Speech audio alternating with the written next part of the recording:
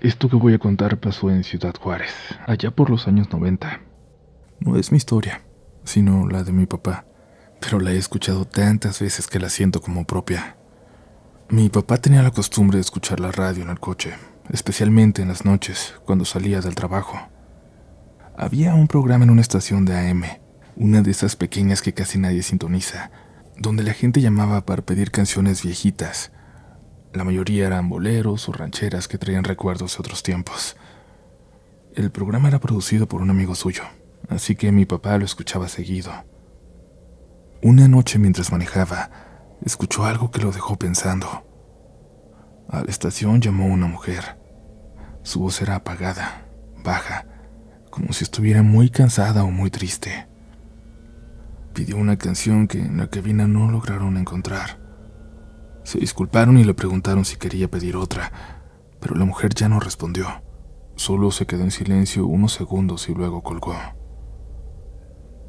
No le dieron importancia. Era normal que la gente llamara y cambiara de opinión o simplemente se pusiera nerviosa al aire. Pero al día siguiente, mi papá volvió a sintonizar el programa y, casi a la misma hora, entró otra vez la llamada de la misma mujer, quien pidió únicamente la misma canción. Esta vez el equipo ya la tenía preparada. La pusieron al aire. Era Reloj, del trío Los Panchos. Gracias. Mientras la canción empezaba a sonar, el locutor y su amigo en producción sintieron un escalofrío. Apenas habían puesto los primeros acordes cuando, en la línea, se escuchó un gracias, aunque estaban seguros de haber colgado. Fue un susurro, apenas perceptible, como si estuviera en la canción. Fue lo suficiente para que se les quedara grabado. El programa siguió su curso. La canción terminó. Entraron más llamadas con otras peticiones y todo parecía normal. Hasta que, casi al final del programa, recibieron una llamada más. Era un hombre. Preguntó si la mujer que había pedido Reloj había dado su nombre. El locutor se quedó en silencio un momento haciendo memoria. No lo había hecho. Le preguntó al productor si tenía el nombre, o al menos el número del que había llamado. Nada.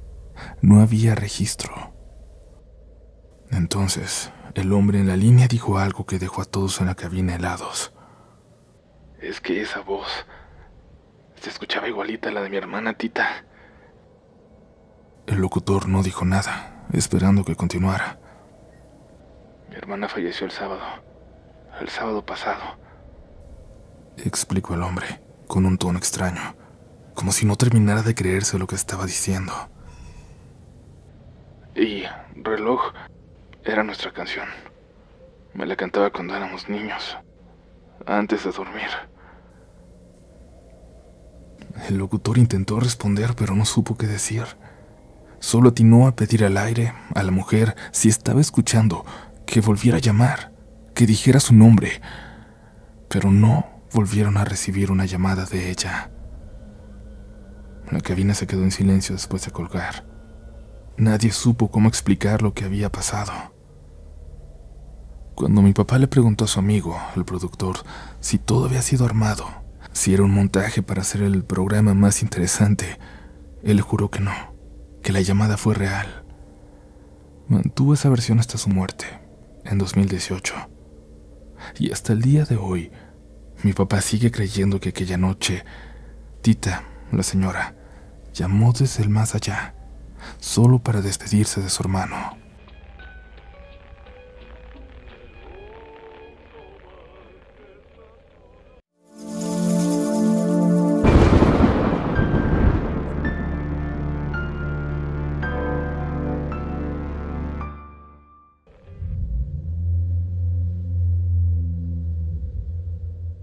Imposible que una historia que tiene que ver con la radio no nos afecte de manera especial. ¿No lo creen, comunidad? Es hora de sumergirnos en la oscuridad. Vamos a adentrarnos en un mundo de relatos que desafían la lógica. Historias llenas de misterio, inexplicables, que nos hacen dudar de lo que creemos posible. Se los he dicho antes, por más que intentemos ser escépticos, siempre habrá cosas que simplemente no vamos a poder ignorar. Así que apaga la luz, prepárate y déjate llevar, porque ya no hay marcha atrás, porque tú ya estás entrando en los siguientes relatos de la noche.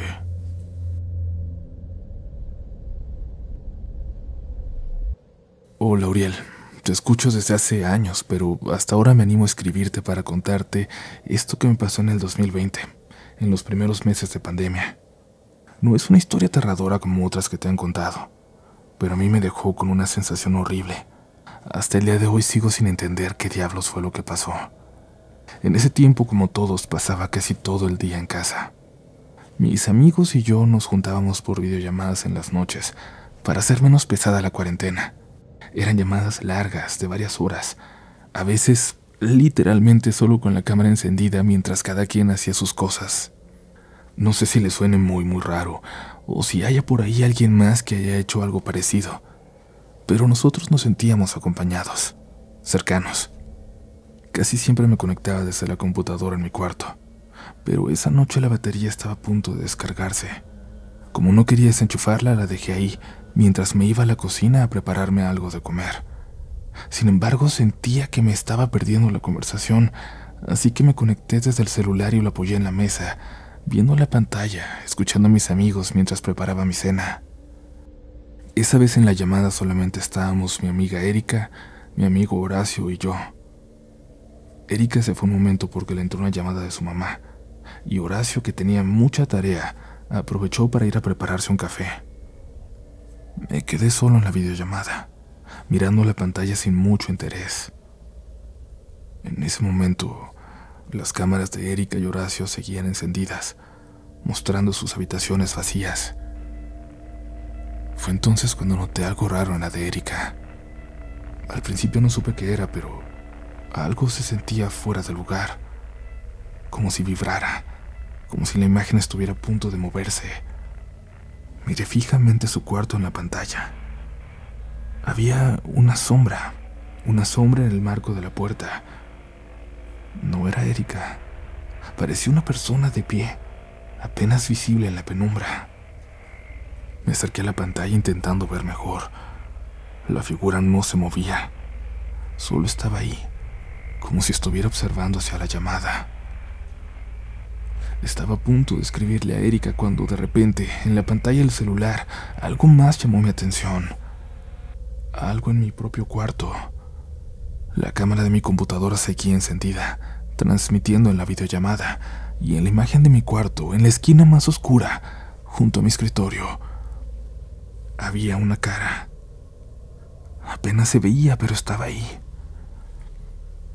Un rostro alargado, pálido, con los ojos hundidos en unas ojeras profundas y muy abiertos, como si estuviera viendo directamente a la cámara. Dejé caer el celular. Mi cuarto estaba vacío, mi casa estaba vacía. Tenía que estarlo. Tardé unos segundos en reaccionar, en obligarme a levantarme y caminar hasta allá. La puerta estaba abierta, como la había dejado. Me asomé con el corazón latiendo con fuerza. No había nadie. La computadora seguía encendida. Me acerqué lentamente y miré la pantalla. La videollamada aún estaba activa, pero la imagen de mi cuarto seguía ahí. Y en la esquina de la pantalla, justo donde había visto el rostro, todavía estaba ahí. Pero ahora la figura parecía estar más dentro de la oscuridad, más alejada de la cámara, a mis espaldas. Cerré la computadora de inmediato. Me quedé en la sala el resto de la noche. No sé qué fue lo que vi en esa ocasión. No sé si lo que apareció primero en la casa de Erika de alguna forma se pasó después a mi cuarto. Pero desde entonces nunca más volví a dejar una videollamada abierta cuando estaba solo, por temor a que algo ocurriera ahí. Y también desde entonces tengo la duda, comunidad. ¿Ustedes creen que, como antes lo hicieron por teléfono, ahora hay energías que puedan viajar, transportarse de un lado a otro, a través de la señal de internet? Lo único que me mantiene tranquilo es que desde entonces nunca he tenido ninguna experiencia rara, ni he vuelto a escuchar nada fuera de lo normal.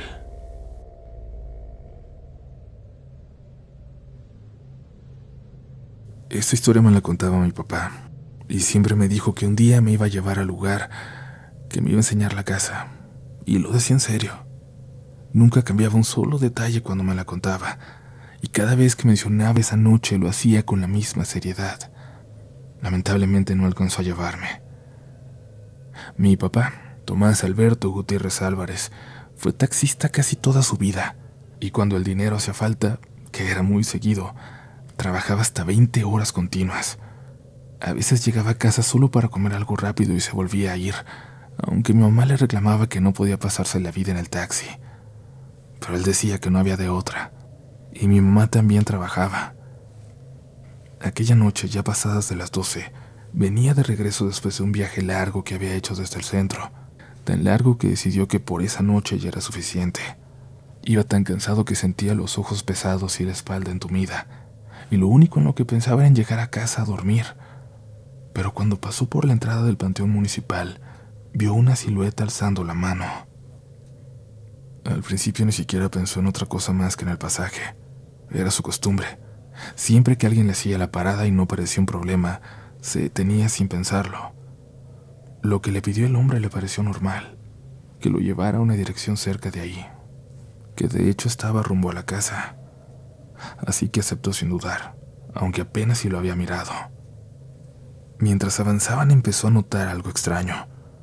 El pasajero tenía un olor raro. No era alcohol ni era cigarro, como muchos de los pasajeros que llevaba esas horas. Olía a tierra mojada, un olor fuerte, penetrante, como cuando se excava en un campo después de la lluvia. Y no solo eso, lo veía sucio, demasiado sucio. No se había fijado bien al principio, pero conforme lo miraba de reojo en el espejo, se daba cuenta de que el hombre parecía más y más cubierto de tierra con cada minuto que pasaba, como si se hubiera revolcado en el suelo antes de subirse. Mi papá empezó a sentirse incómodo.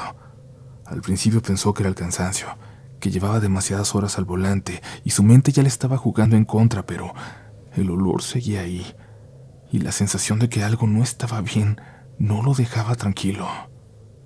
El hombre no dijo ni una palabra en todo el camino. Cuando llegaron, mi papá se detuvo frente a la casa. Era vieja, con las ventanas cerradas y las paredes llenas de humedad, de hierba que se colaba por las grietas. No se veía ni una sola luz encendida. El pasajero bajó sin prisa y empezó a caminar hacia la puerta. Mi papá se quedó esperando a que entrara para irse de una vez. No le importaba que no la había pagado, pero entonces, de repente, el hombre se detuvo en seco y volteó. No, espere, no se vaya a ir. A mi papá no le gustó cómo sonó eso. Lo vio entrar a la casa. Pasaron unos segundos y el silencio era tan profundo que le hizo dudar de si en realidad seguía despierto. No había luces, no había ruido, nada. Solo la brisa helada de la madrugada y la sensación de que algo andaba mal. Un momento después, el hombre salió con un billete en la mano. «Quédese con el cambio», dijo, entregándoselo. Mi papá tomó el dinero sin siquiera mirar y asintió, solo queriendo irse de ahí lo antes posible. Vio al hombre entrar de nuevo a la casa mientras arrancaba, pero había algo en su forma de caminar que le heló la sangre. Se movía lento, rígido, como si sus articulaciones no funcionaran bien, como si su cuerpo no tuviera vida. En todo el trayecto de vuelta no dejó de pensar en lo que acababa de pasar. Intentaba convencerse de que solo era un tipo raro, pero la sensación no se iba. El billete era viejo, amarillento, pero válido, que era lo que le importaba. Cuando llegó, Mi papá se quedó sentado en la mesa, viéndolo. No sabía qué hacer con él. No sabía si debía gastarlo o si simplemente debía conservarlo consigo, como muestra de que lo que vivió aquella noche fue real. Solo sabía que no quería volver a pasar por ese lugar nunca más. Esa historia nos la contó muchas veces, siempre con la misma certeza de que lo que había subido a su taxi aquella noche no era un pasajero cualquiera. Nunca cambió ni un solo detalle de su historia. Su gran lamento era tener que haber gastado ese billete. Pero decía que cuando te apura el dinero, uno no se puede dar el lujo de tener un billete de la suerte. Mi papá y yo siempre pospusimos ese paseo para después, el llevarme a esa casa, el mostrarme ese lugar. Lamentablemente ya no alcanzó a hacerlo. Pero quiero dejar esta historia aquí, comunidad, compartirla con ustedes, que se queden relatos de la noche para siempre, que en este recuerdo, en la mente de todos y cada uno de ustedes, mi papá siga viviendo.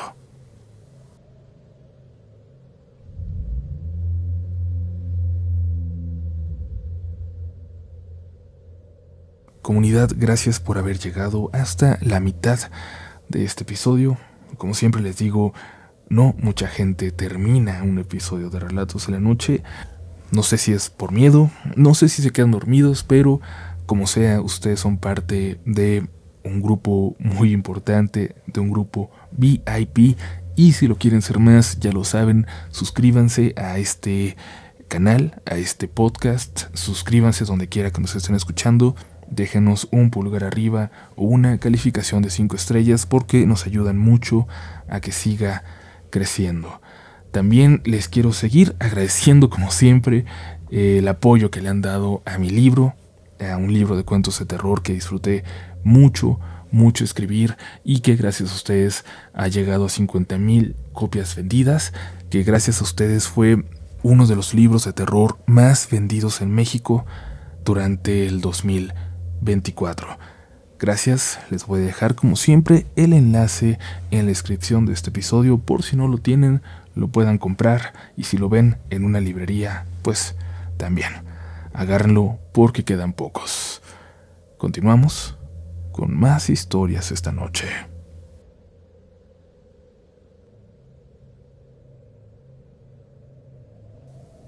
Hola Uriel, buenas noches. Qué gusto poder saludarte y poder saludar a toda la comunidad. Espero que puedas leer mi relato, ya que hace mucho tiempo he querido contártelo. He escuchado cada uno de tus relatos desde hace más de 2 años y me emociona mucho por fin poder compartirte mi historia. Verás, todo comienza cuando yo aún era muy pequeña. No tengo recuerdos de esto, lo sé por lo que cuenta mi familia. Según ellos, yo tenía un amigo imaginario, un niño al que yo llamaba el niño azul, y con quien platicaba sin parar durante horas. Al principio todos creían que era cosa de niños de mi edad, pero con el tiempo me di cuenta de que quizás el niño azul no estaba solo en mi imaginación. Muchas veces mi mamá se asustaba al verme hablar sola, así que me dejaba ir a la casa de una vecina a jugar. Lo curioso es que cuando iba con ella, también veía a un niño, solo que a este le llamaba Precioso. Para mí era lo más normal del mundo. En ese tiempo vivíamos en la casa de mis abuelos. Mi abuelito, que en paz descanse, siempre nos decía que cada vez que salía al baño de madrugada, veía a un niño sentado en el sillón, en un sillón que estaba al final de un largo corredor oscuro. Entonces mi abuela le dijo a mi mamá que la soledad podía traer cosas malas. Debo aclarar que fui la primera hija, nieta y sobrina en la familia, así que a esa soledad se referían. Pero poco después nació mi hermano, y cuando llegó todo se calmó un poco. Luego, a los 40 días, nació mi primer primo, y con el tiempo nos convertimos en 9 nietos. Las cosas extrañas siguieron ocurriendo, pero ahora eran detalles que tomábamos como insignificantes. La televisión se apagaba sola, el volumen de la música bajaba sin explicación, cosas sin importancia hasta que, finalmente, algo más serio ocurrió. Una mañana mi tía, la menor, despertó con un terrible dolor de cabeza y una comezón insoportable. Cuando revisaron qué le pasaba, descubrieron que tenía una pequeña trenza en la parte baja del cabello. Lo más extraño de todo no es que la tuviera sin que nadie se lo hubiera hecho. Lo más extraño es que no podían deshacerla. Cuando finalmente lograron soltarla, el cabello quedó completamente tieso, como si estuviera quemado. Intentaron lavárselo con todo, incluso con agua bendita, pero nada funcionó. Al final, la única solución fue cortarlo. Mi abuela, que siempre fue muy religiosa pero también creyente en lo paranormal, nos hizo colocar crucifijos en todas las puertas. Sin embargo, por las noches, estos se reventaban y caían al suelo. Cada vez que un sacerdote llegaba a bendecir la casa, los sucesos se detenían por un tiempo, pero siempre volvían. Así pasaron los años, hasta que mi papá compró una casa justo frente a la de mis abuelos, y ahí comenzó mi pesadilla. Tenía un sueño recurrente en el que algo me perseguía, y cuando estaba a punto de atraparme, yo rezaba el Padre Nuestro en latín.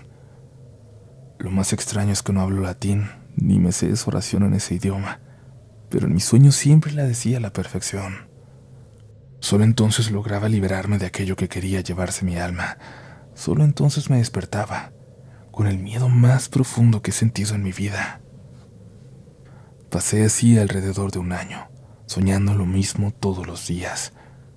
Antes de dormir rezaba y le pedía a Dios que esa noche no tuviera pesadillas, pero el miedo simplemente no desaparecía. A los 14 años todavía me aterraba a dormir sola. En esa casa, comunidad, volví a ver al niño, pero esta vez ya no lo veía solo yo. Ahora, todos podíamos ver al niño azul. Cada vez que estábamos en la mesa, el niño se sentaba.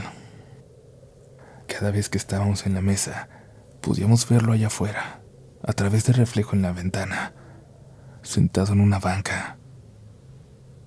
También escuchábamos cómo corría de un extremo a otro del piso de arriba, y siempre esos pasos terminaban en mi cuarto. En ese tiempo no tenía mascotas. Sin embargo, en una de las paredes en la parte alta apareció un olor muy fuerte como a orina de gato. Pero incluso si hubiera sido un gato, ¿cómo iba a orinar en lo alto de la pared? Mi abuela materna, que tenía otras creencias, llegó un día, oró por mí y ungió aceite en las paredes. Al menos eso funcionó. El olor desapareció. Por un momento pensé que ahí terminaba todo, pero no. Los sueños seguían. Ya no eran diario, pero seguían. Hasta que conocí a mi ahora esposo, a Héctor. Quizás por la emoción del enamoramiento o por alguna otra razón, durante unos meses me olvidé de todo. Y justo cuando ese tema ya no estaba en mi mente, ocurrió algo que me hizo recordar. Una noche, Héctor y yo estábamos viendo películas en mi cuarto. En una mesa tenía un joyero con algunos anillos, y de pronto, uno de ellos salió volando por el cuarto. Solo uno, mi anillo favorito. Héctor se asustó muchísimo y con justa razón. Ambos vimos cómo el anillo se elevó y luego cayó al suelo violentamente.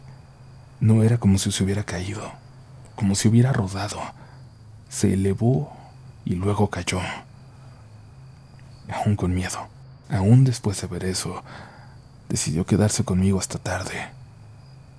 Cuando llegó la hora de irse, lo acompañé a la puerta y regresé a mi cuarto, aún tratando de convencerme de que seguramente había una explicación lógica que todavía no podía encontrar. Me quedé viendo la televisión mientras esperaba que me avisara que había llegado bien a su casa. No tenía sueño, pero de pronto sentí el cuerpo pesado y me quedé dormida. Cuando intenté despertarme para apagar la televisión, no pude moverme, y al levantar la mirada, ahí estaba, sin moverse, mirándome fijamente desde la silla de mi escritorio. El niño azul. Cuando logré recuperar el movimiento, lo único que pude hacer fue salir corriendo al cuarto de mi hermano. Él, medio dormido, todavía intentó calmarme, hasta que escuchamos un estruendo en mi cuarto. Cuando fuimos para allá, vimos la silla tirada al otro extremo del cuarto. Y ahí sí, el miedo nos invadió a los dos, tanto que nos hizo llorar. Él tenía 16 años y yo 20. No éramos unos niños, pero ahí estábamos, llorando de miedo a la mitad de la noche. No pasó mucho para que nos mudáramos de mi pueblo a la ciudad. Viví con mis papás unos 6 meses, hasta que Héctor y yo alquilamos un pequeño departamento. Era diminuto, pero la energía era pesada. Si estabas en la sala sentías que te miraban. A veces yo estaba en el cuarto y veía a Héctor asomarse por la puerta, pero él nunca se había levantado del sofá. Él me decía que me había escuchado hablarle, en momentos en los que yo estaba dormida. Y así, aguantando eso, pasó otro año. Hasta que llegó mi sol, hasta que llegó Camila. Me embaracé en octubre de 2022. Como ya éramos 4, contando a nuestro perro, necesitábamos un lugar más grande. Encontramos una casita hermosa y con todo listo para la mudanza. Pasamos nuestra última noche en el apartamento. Y fue esa noche cuando lo vi por última vez. Recuerdo que estaba dormida, pero me volteé para abrazar a Héctor. No lo sentí, así que desperté. Y ahí lo vi. Una sombra, sentada junto a mí. Vi cómo lentamente volteaba la cabeza para verme. Su rostro comenzó a desfigurarse, como si se derritiera, como si se quemara aunque yo no podía ver fuego. Mi única reacción fue esconderme debajo de las sábanas hasta que amaneció. Al día siguiente le pregunté a Héctor si se había levantado en la noche, pero me dijo que había estado allí todo el tiempo, a mi lado. Esa comunidad fue la última vez que lo vi, y no saben lo agradecida que estoy por eso. Un saludo a todos y muchas gracias por leerme. Y un saludo especial a Javier, Panda, un gran amigo de mi esposo, que sé que también es muy fan de Relatos de la Noche. Que descansen, que tengan muy buena noche.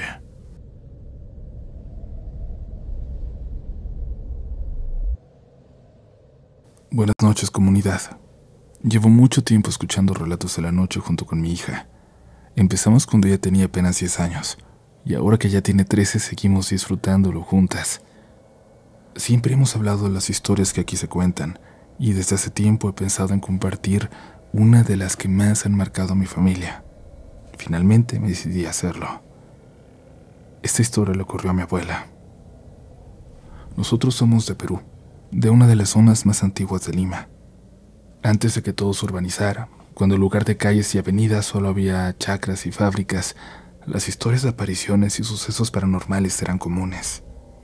En ese tiempo mi abuela vivía sola, pero todas las noches después del trabajo pasaba a visitar a mi bisabuela. Era un hábito que nunca rompía, a pesar de que en aquellos años no había alumbrado público y las calles quedaban completamente oscuras al caer la noche. La única luz provenía de algunas velas encendidas en las ventanas de las casas.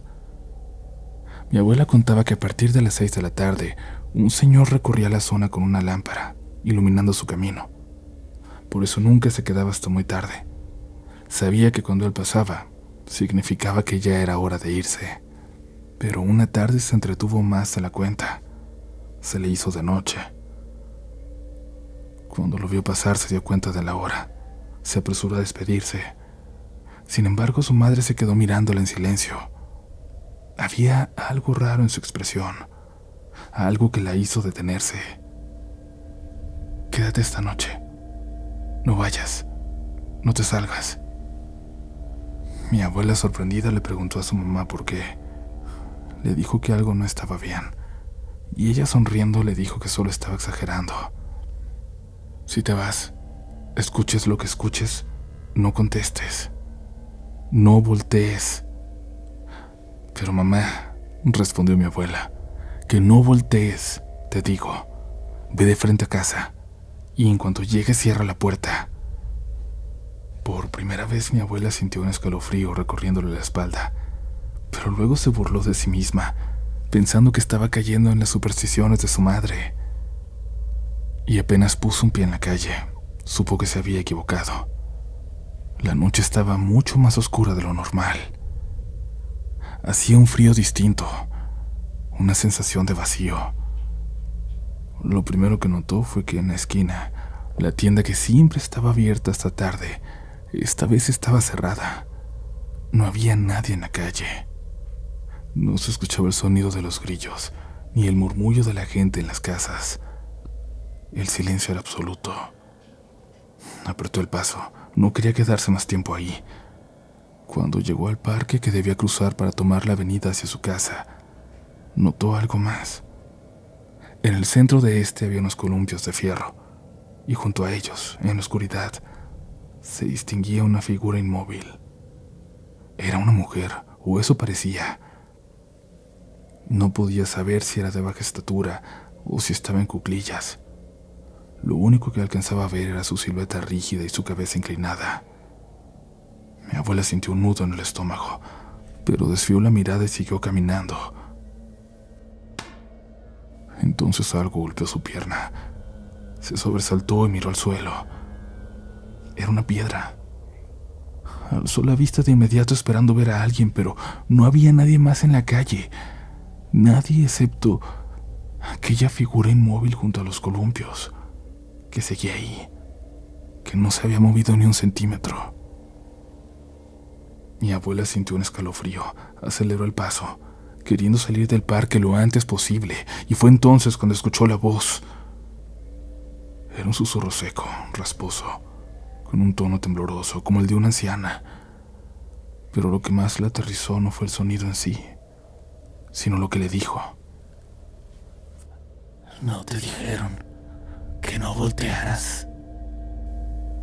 El miedo se le clavó en el pecho. Por un instante pensó que había imaginado la voz, que su mente le estaba jugando una mala pasada, pero la certeza de que no estaba sola la hizo detenerse. Su respiración se volvió pesada, y sin poder evitarlo giró la cabeza. La silueta ya no estaba en los columpios. La silueta estaba a unos metros frente a ella. Era una mujer vestida completamente de negro, con el cabello largo y desordenado cubriéndole parte del rostro. Lo más perturbador era su piel extremadamente pálida, la forma rígida en la que se sostenía, como si no hubiera nada de vida en ella. La mujer inclinó la cabeza como estudiándola, y entonces, con una sonrisa amplia y antinatural, volvió a hablar con la misma voz seca y rasposa. No, te dijeron que no voltearas.